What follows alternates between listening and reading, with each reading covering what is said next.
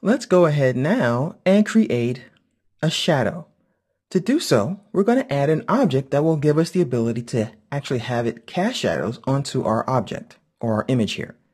So I changed my color back to a bright color. Don't forget, guys, you can always twirl this open, go to your light options and click on this swatch here, or you can simply double click on the name of the light and change it by clicking on this swatch. Let's now add a solid by going to Layer, New, Solid. I'm going to go ahead and say Make Comp Size, and I'll click OK. Now you might be wondering, well, I don't see a solid.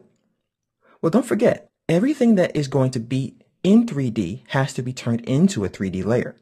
So currently, we have to click on this guy, and now we can see that solid. See, it's off now, and now we see it again. I'm going to grab these handles here and scale the solid. Let me go down and just squash this guy a little bit. And I'm going to pull the Z handle so that the solid is away from the elephant.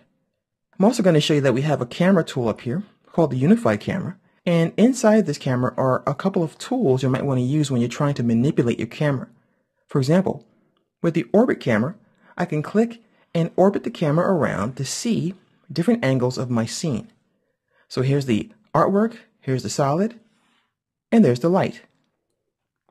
I'll go back to my regular selection tool, and what we have to do is turn on the properties for the different objects so that they cast shadows.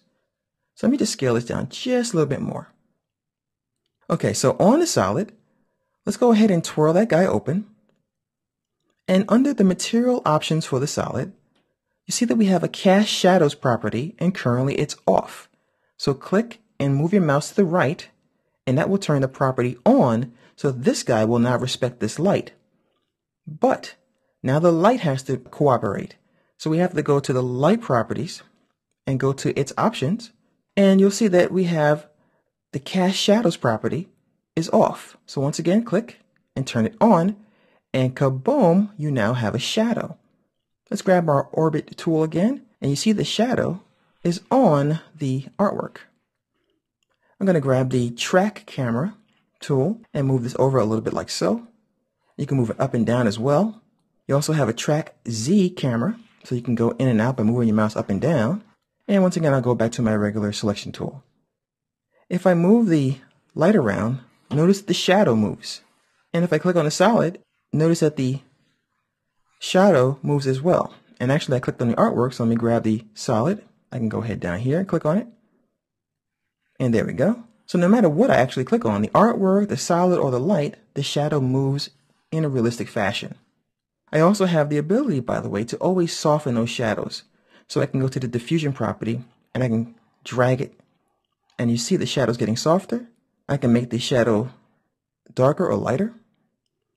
And once again, I can go to that cone for the light itself if I need to, and I can soften the edge of that circle that projects on the artwork.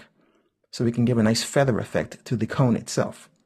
So that is how you can add shadows. Don't forget, you have to enable the ability to cast shadows and to cast shadows on your light and the target